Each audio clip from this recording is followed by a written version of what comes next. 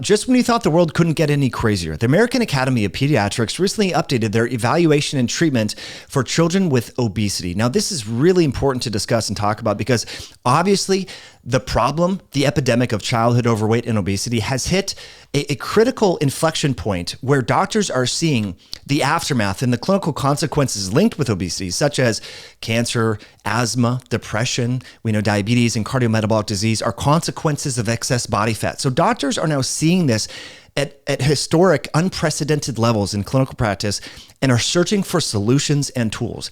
And I think the solutions and tools discussed herein are insufficient to actually address the root cause of the problem, which is overnutrition, excessive calories, particularly from ultra-processed, hyper-palatable foods.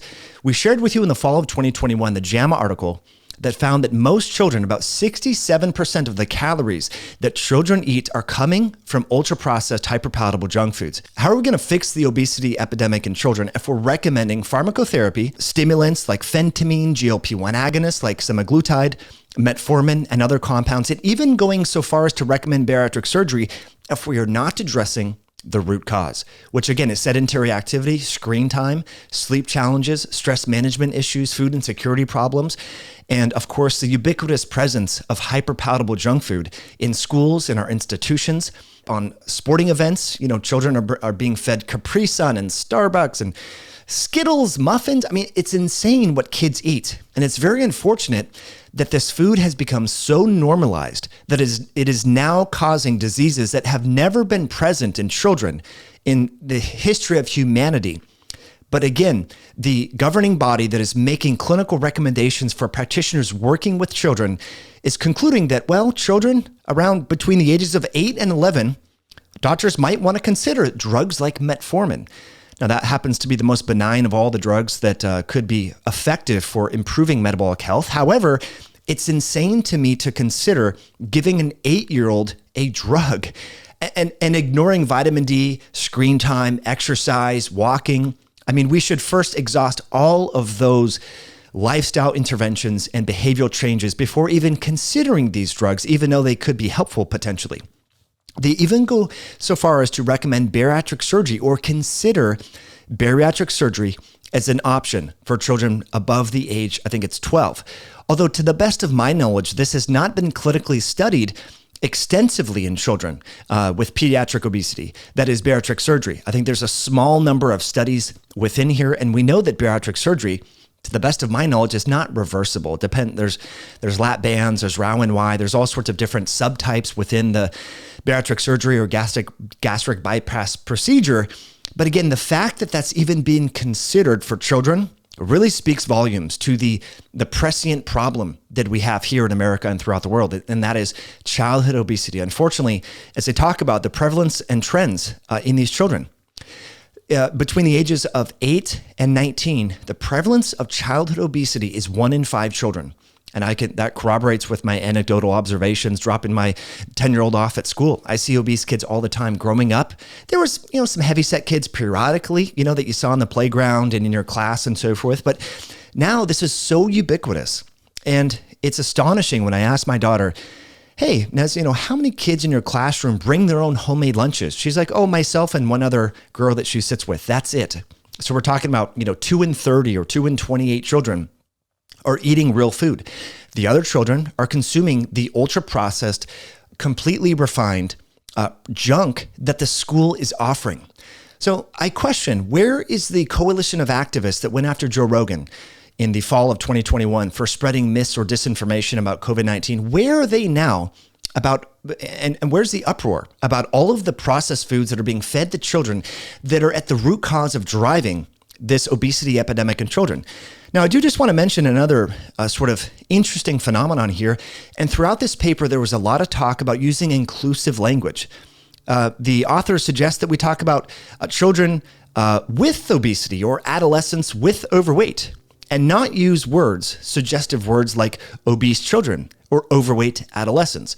Well, if language is so suggestive and important, then why are we allowing fast food companies to advertise to children? Why are we allowing Kellogg's and Kraft Foods and General Mills to advertise that their commodity processed foods are healthy and filled with whole grains, even though they're loaded with sugar and hyper palatable, ultra processed foods that we know to be problematic and disease forming.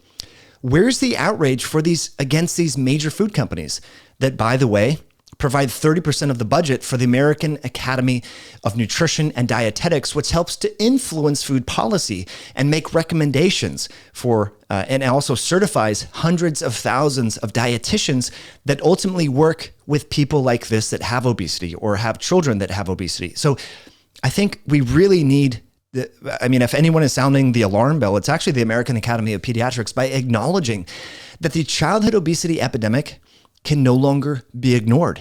We should no longer be normalizing these ultra processed foods. We need to encourage our children to get the same amount of physical activity, if not more, that we get, to develop that muscle memory, the mitochondrial density, the capillary density, to create the lifestyle, to bake this into their life, because we know that the recidivism, that is the rate of overweight in adolescents becoming overweight or obese adults, is quite high. It's very hard once you're an overweight child or an obese child to suddenly shed that weight and be a lean adolescent or a lean adult if you don't change your lifestyle.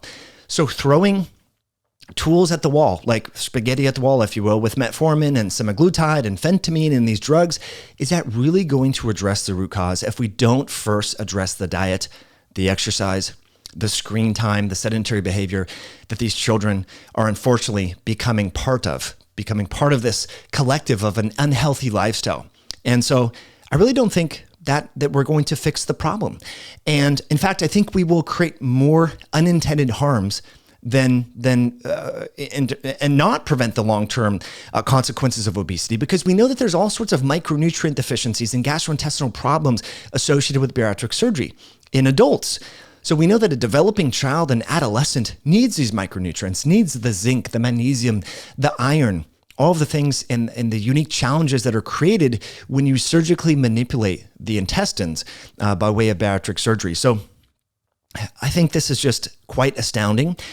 And again, it speaks to the fact that we need to share this message that childhood obesity should not be normalized. The onus is on the parent.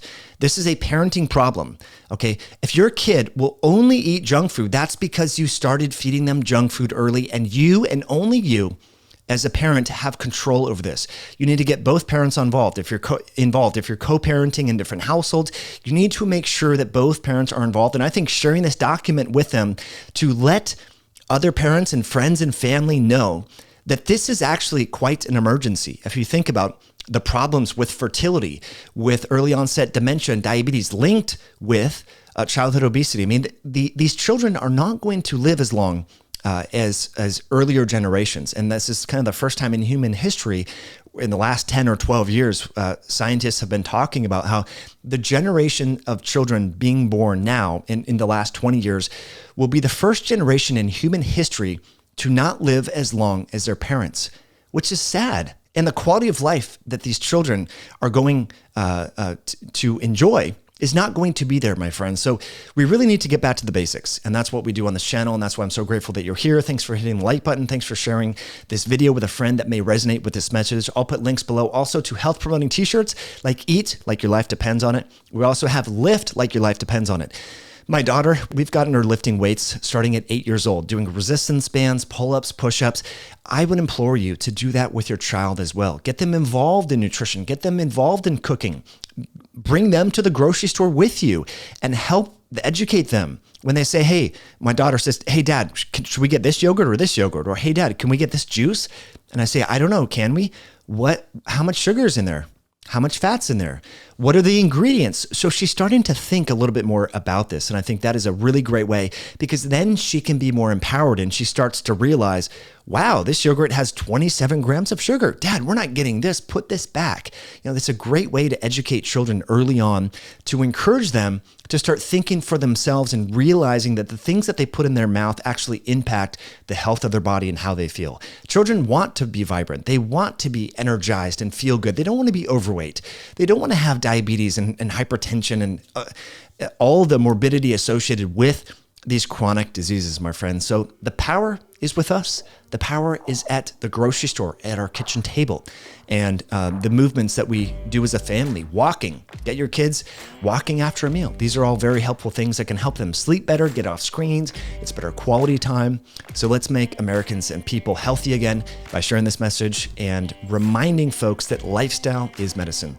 As always, appreciate you tuning in. Let me know what you think about this video and this recently updated evaluation and treatment guidelines for childhood obesity. I think it's crazy, but it can help catalyze further conversations about the very important need to address lifestyle factors in children. We'll catch you on a future one down the road. Have a good day. Bye.